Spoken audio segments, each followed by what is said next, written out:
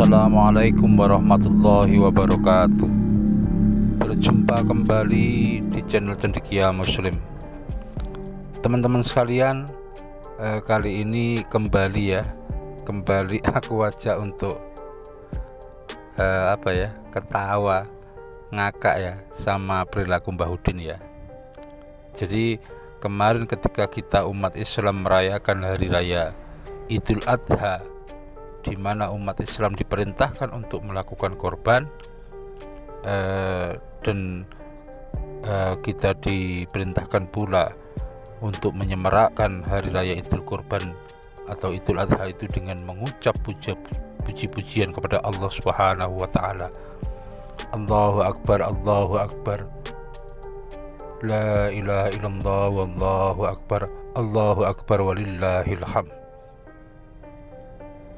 Dan kemudian Mbah Udin ya, mungkin karena kangennya pada Islam ya, kembali dia gagal move on.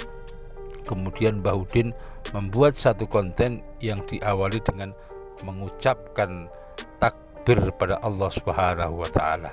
Seperti apa keseruan dari konten Mbah Udin tersebut? Mari kita simak video berikut. Allahu akbar kabira walhamdulillahi katsira wa subhanallahi bukratan wa asila. Shalom, assalamualaikum warahmatullahi wabarakatuh. Jemaat gereja Facebook dimanapun Anda berada, jemaat murtadin dimanapun Anda sekarang berada, selamat malam, selamat pagi, selamat sore semuanya. Luar biasa. Tadi adalah bacaan firman Mazmur 96 ayat 4, Allahu akbar walillahil hamd. Sebab Tuhan maha besar dan terpuji sangat, Ia lebih dahsyat dari segala Allah. Itu artinya, jadi teriakan-teriakan Bang Mamat dan pengikutnya itu sudah ada di kitab Mazmur, pujian-pujian. Makanya Mazmur itu adalah kitab pujian. Mau narik ayat di mana nanti ketemu semua. Kalau memuji-muji itu ada semua di dalam kitab Mazmur. Mereka hanya memuji model begitu, seperti teriak-teriakan mereka di toa masjid itu ada juga. Cuman ditambah-tambah lagi oleh mereka, ditambah lagi dengan nama Bang Mamatnya. Saudara, bahwa pengorbanan itu adalah gaya hidup seorang manusia. Tanpa pengorbanan tidak ada perdamaian dan tidak ada kesuksesan. Di dalam sebuah bangsa, di dalam sebuah negara, itu perlu sekali namanya pengorbanan. Indonesia tidak bisa merdeka tanpa pengorbanan. Dan kalau kita membangun dan melanjutkan mengisi kemerdekaan Indonesia ini, maka juga perlu pengorbanan. Pengorbanan dari orang-orang yang setia untuk melakukan kegiatan-kegiatan yang mengandung nilai-nilai meningkatkan kehidupan toleransi dan damai itu. Itu juga adalah sebuah pengorbanan. Tanpa pengorbanan tidak bisa berhasil, saudara-saudara. Karena pengorbanan kita dengan para pemimpin pejuang kemerdekaan, dengan pengorbanan kita zaman sekarang ini. Itu tadi teman-teman konten dari Mbah Udin ya, takbir dari Mbah Udin ya. Sebenarnya kalau kita lihat sih semacam ada pengakuan terdalam dalam batinnya bahwa Islam itu lebih benar begitu loh. Kemudian peribadatan dalam Islam juga lebih sempurna. Pujian-pujian dalam Islam itu lebih indah dan terbukti lebih bisa dilestarikan oleh para pemeluk agama Islam. Jadi ketika dia selesai mengucapkan lafaz takbir tadi ya, Allahu Akbar la ilaha illallah wallahu akbar walillahil hamd, kemudian dia menuduh bahwa takbir ini adalah duplikat dari atau plagiat dari Mazmur 96 ayat 4. Teman-teman sekalian, memang kalau kita lihat dalam Mazmur 96 ayat 4 ya, tersebut sebab Tuhan maha besar dan terpuji sangat, ia lebih dahsyat dari segala Allah atau para Allah begitu.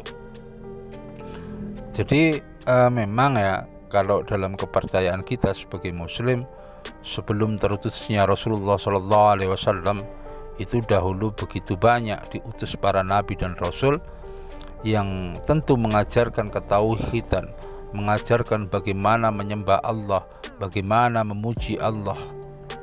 Jadi kalau ada sesuatu yang sekarang dilakukan oleh umat Islam, baik itu ritualnya, baik itu bagaimana cara memuji Allah, itu kemudian ada kemiripan dengan ajaran para nabi terdahulu, itu tentu masuk akal, dan itu tidak bisa dikatakan plagiat karena diberikan atau bersumber dari Tuhan yang sama begitu.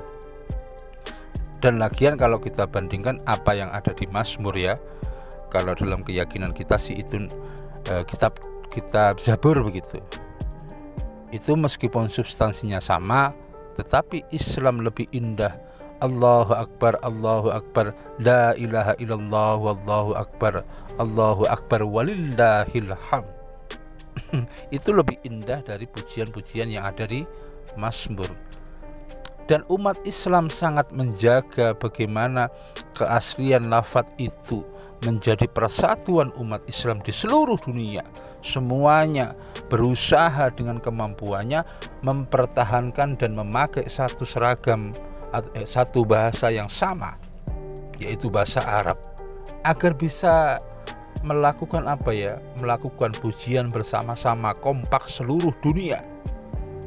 Bayangkan kalau masing-masing itu tidak punya tradisi untuk selalu menggunakan bahasa Arab, semuanya akan memuji dengan bahasanya masing-masing. Tentu kekompakan di seluruh dunia ini sulit untuk diwujudkan. Dan itu yang terjadi pada mereka. Jadi kalau mereka beribadah di sebuah gereja gitu, ketika kedatangan dari orang luar negeri tidak bisa mengikutinya. Tetapi Islam demi persamaan, demi kesatuan, demi ukhuwah seluruh dunia, ketika beribadah, ketika memuji kepada Allah menggunakan satu bahasa yang sama. Ketika diucapkan Allahu Akbar, seluruh dunia tahu apa maksudnya. Jadi kalau kita komparasikan ya gak usah jauh-jauh lah, Pancasila aja sebagai sesuatu yang dijadikan dasar negara ya, itu aja ketika upacara semuanya mengucapkan dalam satu bahasa yang sama, yaitu bahasa Indonesia. Itulah logiknya. Teman-teman sekalian, selanjutnya ya, sebenarnya situasi semaraknya hari raya Idul Kurban bagi umat Islam ketika seluruh dunia muslim bersama-sama memuji, mengucapkan tahmid, mengucapkan takbir ditujukan pada Allah Subhanahu wa taala, itu sebenarnya kalau kita lihat di Bible ya, itu adalah sebuah bukti tentang kebenaran dari nubuat Nabi Yesaya.